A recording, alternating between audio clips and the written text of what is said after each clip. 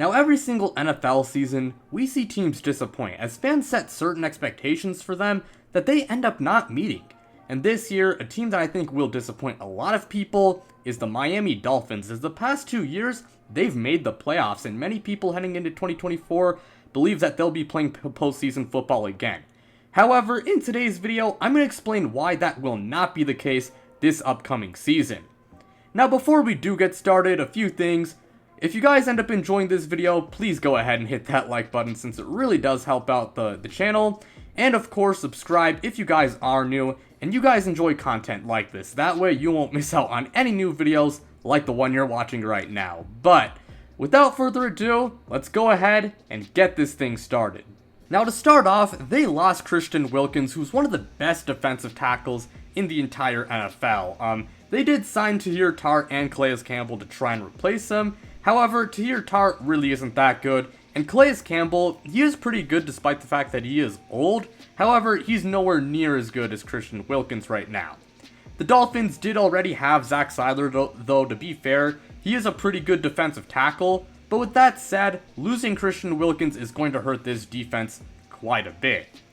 Along with that, both Bradley Chubb and Jalen Phillips, they suffered a torn ACL and torn Achilles respectively, and I know with modern day sports medicine, recovery from those two injuries, it's a lot easier and it's a lot better compared to how it was back in the day. But with that said, those two injuries are some of the worst that you can suffer in pro sports, and both of those guys, they're very good players, but again, those injuries, they are pretty serious. Now, from what I've read, Jalen Phillips will probably be back for the start of the season, but Bradley Chubb, he's probably going to be returning in the middle of the year, and even then, it's probably going to be taking some time. It might take some time for both of those guys to bounce back from those injuries.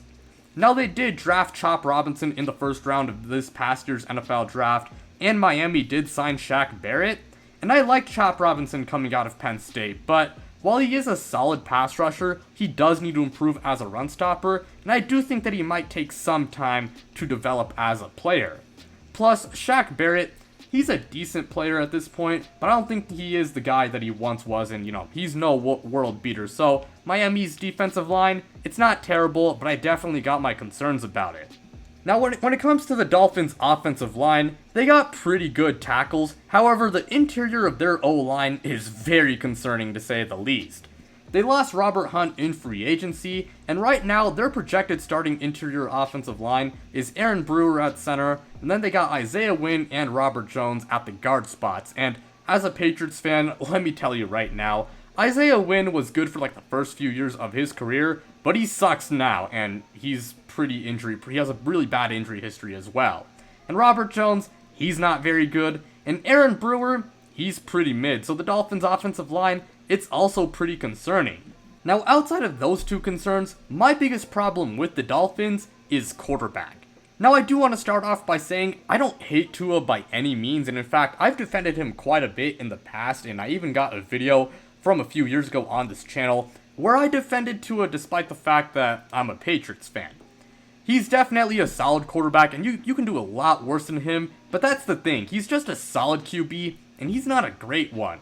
He's way more dependent on the supporting cast around him, and he really isn't the type of guy to really elevate the team around him and carry a mediocre squad. And we all know about his physical limitations, which are an issue, and he's also had health concerns as well. But my biggest problem with Tua is not his physical limitations, it's how he plays versus good teams and how he plays in big games. Now, last year, Tua struggled in both Bills games, against the Eagles, versus the Chiefs in the regular season, versus the Ravens, and he was also horrible in their playoff game versus Kansas City, and as a result, Miami struggled to beat good teams, and they only beat one playoff team last year in the Dallas Cowboys. And regarding that Chiefs playoff game, I know a lot of people will bring up the horrible weather conditions in that game, and believe me, that is somewhat fair, but keep in mind, they were put in that position in the first place because Tua, in the Week 18 game versus the Bills, he failed to lead the Dolphins on a game-winning drive, and he wasn't very good in that game overall. And Patrick Mahomes in that wildcard game, he wasn't that bad, so Tua certainly could have played better. And I know it's Patrick Mahomes, but again, Tua, he wasn't good in that game, and he definitely could have played better despite the fact that the weather conditions were so bad. Simply put, Tua doesn't play well in big games, and his play drops off versus good teams, and as a result, the Dolphins, that's one of the reasons why they struggle against good teams. And a crazy stat I saw was that the New England Patriots last year, they beat more playoff teams than the Miami Dolphins, despite the fact that Miami won 11 games and New England won 4 games last year. And again, Tua, since he isn't the type of guy to elevate the team around him, when you couple in the issues with their interior offensive line and their defensive line, that is pretty concerning. Now, I know a lot of people will start to push back against me by bringing up Tua's stats, and I want to start off by saying I don't hate stats at all. I think they can be very useful, and heck, I use stats all the time. But with that said, sometimes stats lie, and they make a player seem a lot better than they really are, and that's the deal with Tua, because his stats will make him look like an elite quarterback, but in reality, again, he's just a solid QB. He is no elite quarterback. Now, when you take a look at the Dolphins' schedule, it is pretty rough, as their division, it includes the Bills and the Jets, and as long as both teams are healthy, I think both of them will be pretty good. The Patriots, they really aren't that good, but that said, upsets do happen, but I mean, it's mostly the Bills and Jets that they gotta worry about in the AFC East.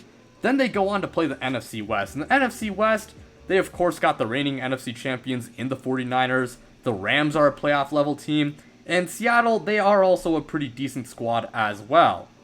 They then play the AFC South, and the AFC South is one of the best divisions in the entire NFL, and I think all 4 teams are playoff caliber depending on how Will Levis and Anthony Richardson play, but even then, the Texans and Jaguars, they are both 2 very good teams. And then their last 3 opponents come against the Packers, Browns, and Raiders. The Packers, I think they're going to be very good this year. The Browns, they should be a solid team at the very least. The Raiders, I'm not that high on, but the Packers and Browns, those are 2 teams that you really got to be concerned about. And this tough schedule is a pretty big problem when, again, you consider the fact that Tua, his play against good teams, it drops off, and again, he does not play well in big games. Plus, the AFC, it is loaded, as of course, you got the Chiefs, who are the Chiefs, the Bills and Jets, the whole AFC North, most of, if not all of the AFC South, and, you know, that is a lot of good teams. I do think Miami will compete for a playoff spot in 2024, but with how many good teams there are in the AFC, my concerns about the interior offensive line, along with some concerns about the D-line, and my doubts about Tua, I think they are going to barely miss out on the playoffs and win like 9 games in 2024. But with that said, that's going to be it for today's video. Thank you guys so much for watching. It really does mean a lot to me. Again, hit like, subscribe, do all of that, and then check me out on social media. The links to my Twitter and Instagram are in the description below. But without further ado, I'm out, you guys.